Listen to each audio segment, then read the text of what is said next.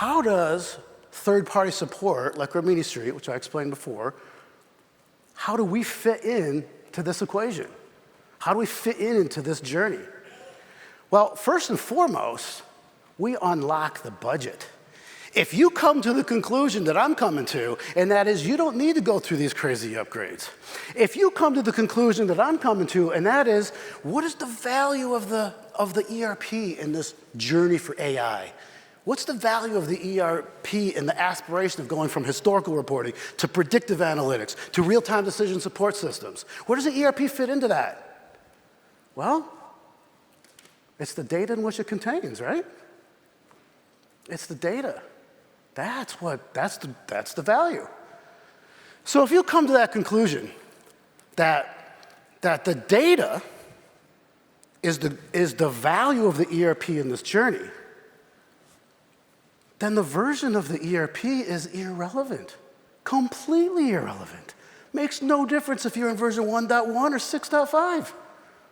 You have what you need today. The crown jewels, the 20 years of supplier and HR and finance data that's all been in that ERP, get started tomorrow.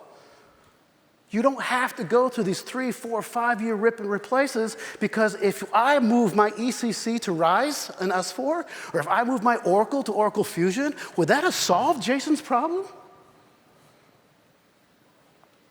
So we have to think a little bit differently, and we want to be able to allocate our money correctly. And if we realize that that is not the path for us, why are we paying support? Why are we paying all of that money for support and getting that value returned in that relationship? By coming to Rimini Street, you're able to unlock a massive amount of money and get started investing in stuff that matters. Second, the power to refuse. Because you have disarmed the vendors from their end-of-life support date threats.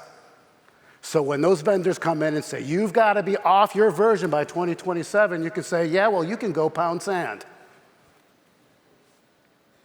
And we give you that power to take the leverage back in that relationship and not be succumbed to the bullying natures of these vendors who are trying to get you to rebuy their stuff and lock you in forever and ever. This is completely against the agile stuff that we want to be able to do. We want to build this enterprise in a way that we reserve the right to change your damn mind at any time, for any reason, because we don't know what the world's going to look like in 6 months to a year to 5 years. So we need to be able to make quick moves. And you sign a 10-year-long cloud contract, boy, where's that going to leave you or the poor next guy that takes it over from you?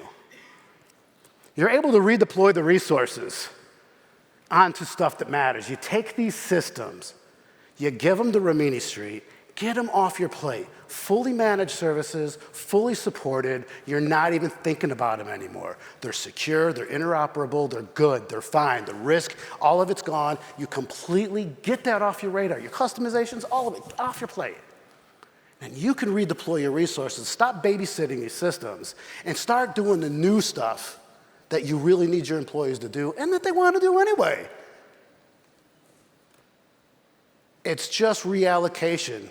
It's just a chess move with the vendors in order to be able to make sure that we're doing this. But if you do this right, if you didn't do those massive cloud implementations, those massive data warehousing projects, congratulations, you dodged the bullet. You get to leapfrog all of those people who did that, and quite frankly are still doing it, because they're probably 2.5 years into a 5-year-long project. They're not even gone live yet. You see that there's a better way to get business outcomes so much faster than doing an upgrade for 5 years, and then you can get started with the AI. How do you know where the world's going to be at that time? Roadmap flexibility, world-class support, innovate faster.